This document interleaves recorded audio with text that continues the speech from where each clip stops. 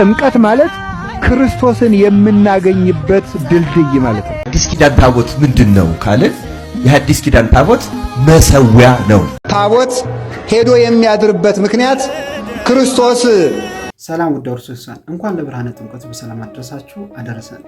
እኛ ኦርቶዶክሳውያን በዓልን ስናከብር እያንዳንዱ አገልግሎቱን ስንፈጽም በእውቀት መሆን አለበት። ምክንያቱም ያለ እውቀት እምነትም ስለማይኖረን በቃ አማኞች እስከሆን ድረስ አውቀን መፈጸም ያለብን። ስለዚህ ጥምቀት ምን ማለት ነው? ጥምቀት ስለምንድን ነው የምናከብረው? ምን አይነት ጸጋ ስላገኘንበት ነው? አባታችን አባ ገብረ ኪዳን ስለዚህ ጉዳይ የሚያስተምሩ ነገር ይኖራል። ጥምቀት ማለት ክርስቶስን የምናገኝበት ድልድይ ማለት ነው። ለዚያ ነበር ጌታችን መድኃኒታችን ኢየሱስ ክርስቶስ በዮርዳኖስ የተጠመቀበት ምክንያት። ቀድሞ ኢዮብ ከቁስሉ ታጥቦ የዳነ ዮርዳኖስ ወንዝ ነው። እናንተም ስትጠመቁ ከኃጢአት ቁስል ትድናላችሁ ነው። ወነአምን በሐቲ ጥምቀት ለስርየተ ኃጢአት፣ ኃጢአት በሚሰረይባት በአንዲት ጥምቀት እናምናለን ይላል።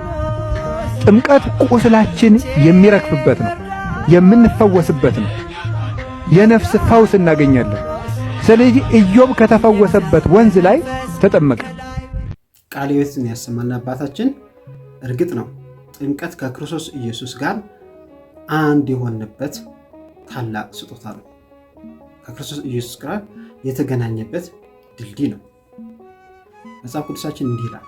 የሮሜ መልእክት ምዕራፍ 6 ቁጥር 3 ላይ ከእርሱ ጋር አንድ እንሆን ዘንድ የተጠመቅን ሁላችን ምን አለ? ከእርሱ ጋር አንድ እንሆን ዘንድ የተጠመቅን ሁላችን ሞት በሚመስል ሞት እንተባበር እንደተጠመቅን አታውቁምን ይላል። ከእርሱ ጋር አንድ እንሆን ዘንድ የተጠመቅን ይላል። ከማን ጋር? ከክርስቶስ ጋር። ስለዚህ ከክርስቶስ ጋር አንድ የሆንበት ታላቅ ጸጋ ስለሆነ ይህንን የጥምቀት በዓል በክብር እናከብረዋለን እኛ ኦርቶዶክሳውያን ማለት ነው። ከእርሱ ጋር አንድ ሆነን እንዲሁም ደግሞ ስለተጠመቅን ክርስቶስን ለብሰን ገላትያ ምዕራፍ 3 ቁጥር 21 ላይ ማንበብ እንችላለን። ከእርሱ ጋር አንድ ትሆኑ ዘንድ የተጠመቃችሁ ሁላችሁ ክርስቶስን ለብሳችሁታል ይላል።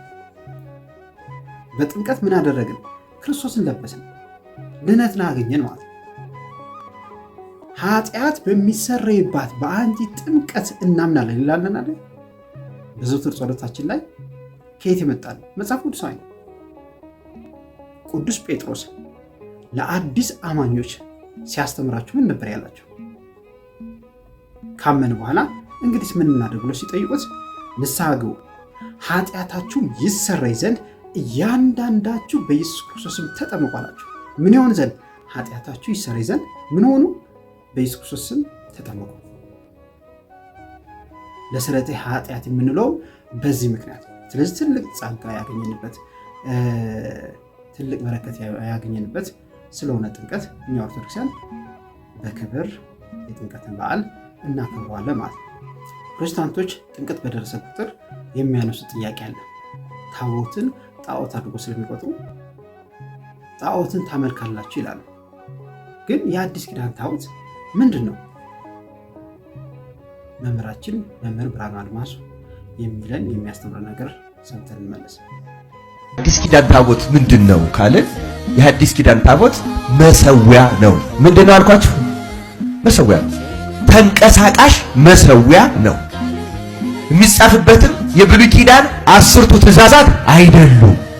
የሚጻፍበት የክርስቶስ የኢየሱስ ክርስቶስ ስም ነው የሚጻፍበት። አልፋ ወኦ የሚለው ጉልበት ሁሉ ለኢየሱስ ክርስቶስ ስም ይስገድ የሚለው ይሄ በተለየ ሁኔታ ሊቃነ ጳጳሳት በሜሮን ያከብሩታል።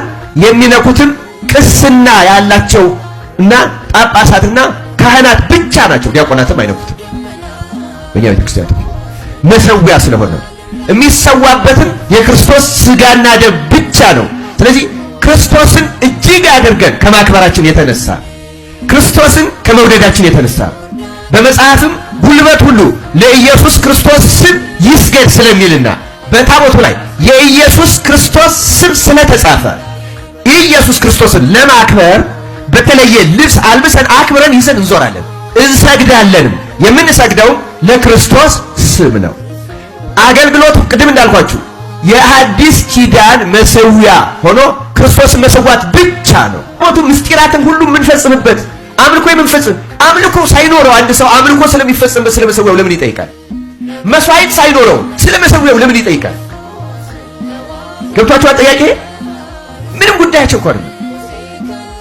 ይህን የሚያደርጉበት መሰረታዊ ምክንያት አንድ ነገር ነው። ያ መሰረታዊ ምክንያት ምንድን ነው? እኛ ጋር ያለውን በሙሉ የማስጣል ፍላጎት እየጣል ወደ የት እንድንሄድ ነው። ከዚያ ውጭ መሰረታዊ ጥያቄ የላቸው። እግዚአብሔር ለሁላችን ማስተዋሉን ያደለን ቃሌቱን ያሰማልን መምህራችን። ፊልጵስዩስ ምዕራፍ 2 ቁጥር 10 ላይ ይህም በሰማይና በምድር ከምድርም በታች ያሉት ሁሉ በኢየሱስ ስም ይንበረከኩ ዘንድ ይላል። በማን ስም? በኢየሱስ ስም። ስለዚህ በእግዚአብሔር በክርስቶስ ስም ፊት የምንበረከከው ለዚህ ነው። ስሙ ምን ላይ ተጽፏል? ታቦቱ ላይ ተጽፏል። አልፋና ኦሜጋ የሚል የጌታችን ኢየሱስ ክርስቶስ ስም። ስለዚህ በታቦቱ ፊት ወድቀን የምንሰግደው ለማን ነው? ለስሙ ነው ማለት ነው። ታቦቱ መሰዊያ ተብሎ ይጠራል። መሰዊያ ተብሎ ይጠራል። ምን ስለሚቀርብበት? መስዋዕት ስለሚቀርብበት። መስዋዕቱ ምንድን ነው? የጌታችን የኢየሱስ ክርስቶስ ስጋና ደሙ። ቅዱስ ጳውሎስ መሰዊያ አለን ብሎ ተናግሯል፣ አስተምሮ መጽሐፍ ቅዱስ ላይ። ያ መሰዊያ ምንድን ነው? የጌታችን የመድኃኒታችን ስጋና ደሙ የሚቀርብበት ቅዱስ የሆነ መሰዊያ ነው ማለት ነው። ስለዚህ ለዚህ ነው ክብር የምንሰጠው ለመስዋዕቱ፣ ለስጋና ደሙ። ክብር ያለው ሰው ለመሰዊያው ክብር ይሰጠዋል። ከምን የተነሳ? ከመስዋዕቱ ከስጋና ደሙ የተነሳ ያ መሰዊያ ቅዱስ ስለሚሆን የተከበረ ስለሚሆን፣ ስለዚህ ክብር የሚገባው ክብር ስጡ ተብሎ ተነግሮናል።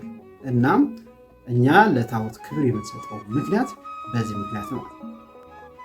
በነገራችን ላይ ታቦት ማለት ማደሪያ ማለት ነው።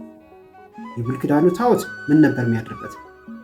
10ቱ ቃላት ለሙሴ የተሰጠው 10 ትእዛዛት ማለት ነው። የአዲስ ኪዳኑ ታቦት ስሙ ራሱ ታቦት ማደሪያ ነው። የምን ማደሪያ ነው? የአማናዊ ቃል የጌታችን ኢየሱስ ክርስቶስ ማደሪያ ነው። ስጋና ደሙ የሚቀርብበት ስለሆነ ስለዚህ ታቦት ብለን እንጠራዋለን። የምን ማለታችን ነው? የጌታችን ኢየሱስ ክርስቶስ ማደሪያ ማለታችን ነው። በጥምቀት ወንዝ ወዳለበት ስፍራ ታቦታቱ ስለምንድን ነው የሚሄዱት? አባታችን አባ ገብረ ኪዳን ታቦት ሄዶ የሚያድርበት ምክንያት ክርስቶስ ሌሊት ከገሊላ ተነስቶ ወደ ዮርዳኖስ ስለሄደ ያንን ለማስታወስ ነው። ታቦታቱ መልሰው የሚመጡት ክርስቶስ ተጠምቆ ስለተመለሰ ነው። ታቦቱን ስለምናመልከው ሳይሆን በታቦቱ ላይ የሚያድረውን እግዚአብሔርን እናመልካለን።